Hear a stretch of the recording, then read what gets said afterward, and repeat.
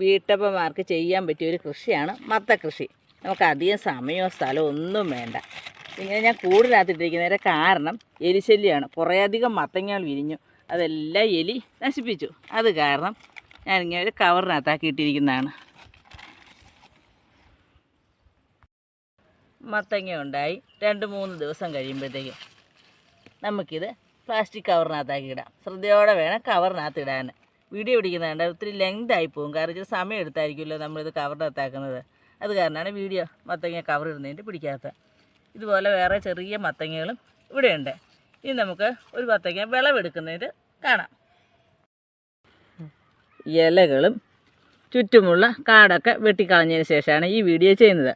ഒരു മത്തങ്ങ അതാ ഇന്ന് വിളവെടുക്കുകയാണ്. മത്തങ്ങ നന്നായിട്ട് വിളഞ്ഞു വന്നിരിക്കുന്നു. അത് നമുക്കിനി വിളവെടുക്കാം. ഇത്ര മൂത്തില്ലെങ്കിലും നമുക്ക് വിളവെടുക്കാം, കാരണം മത്തങ്ങ നമുക്കധികം മൂക്കാതെയും കറി വയ്ക്കാം. ചില വ്യക്തികൾ ക്യാരറ്റ് വയ്ക്കുന്ന കണക്ക് അത് മൊത്തം അങ്ങ് വയ്ക്കുകയോ ചെയ്യുന്നത്. നല്ല വിറ്റാമിനുകളുണ്ടെന്നും പറഞ്ഞാണ് മത്തങ്ങയുടെ തൊലിയും കുരുവും എല്ലാം അധികം മൂക്കാത്ത മത്തങ്ങ കറി വയ്ക്കുന്നത്. ഞാനിപ്പോൾ ഇത്രയും പാകമായ മത്തങ്ങയാണ് എടുത്തിരിക്കുന്നത്. ഇതാ കവറിൽ നിന്നുള്ളിൽ നിന്ന് മാറ്റി നമുക്ക് പാകത്തിനായ ഒരു മത്തങ്ങ. ഇതാണ് ഒരു കുരു നട്ടതേ ഉള്ളൂ. ആ കുരുവിൽ നിന്ന് ഈ പ്രദേശം ഇങ്ങനെ കയറി കിടക്കുന്ന മത്തങ്ങയാണ്. കുറേ മത്തങ്ങ പോട്ടെ, മത്ത അതിലുണ്ടായ കായാണിത്. കുറച്ച് ഭാഗം മരത്തേലേക്ക് കയറ്റി വിട്ടിരുന്നു.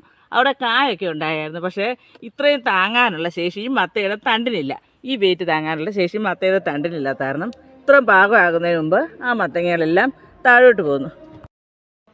ഈ കാടിനുള്ളിൽ കയറി ഒത്തിരി കഷ്ടപ്പാട് സഹിച്ചാണ് ഈ വീഡിയോ എടുത്തത്. നമുക്ക് നിലത്ത് ഉറച്ച് ചവിട്ടാൻ പറ്റില്ല. മുള്ളുകളും നിറച്ച് പുല്ലുകളും ഇതിനിടയ്ക്ക് തപ്പി പിടിച്ച് കയറി എങ്ങനെയോ നമ്മൾ ഈ മത്തങ്ങ വിളവെടുത്ത് കൊണ്ടുവന്നു. ഇപ്പോൾ കിട്ടിയപ്പോൾ എന്തൊരു സന്തോഷം. ചില കഷ്ടപ്പാടൊക്കെ സഹിക്കണം നമുക്ക് കൃഷി ചെയ്യുന്നതിന്. നമ്മൾ സുഖമായിട്ട് നമ്മുടെ കയ്യിലൊന്നും ഒരു സാധനം ഉണ്ടായി വരില്ല.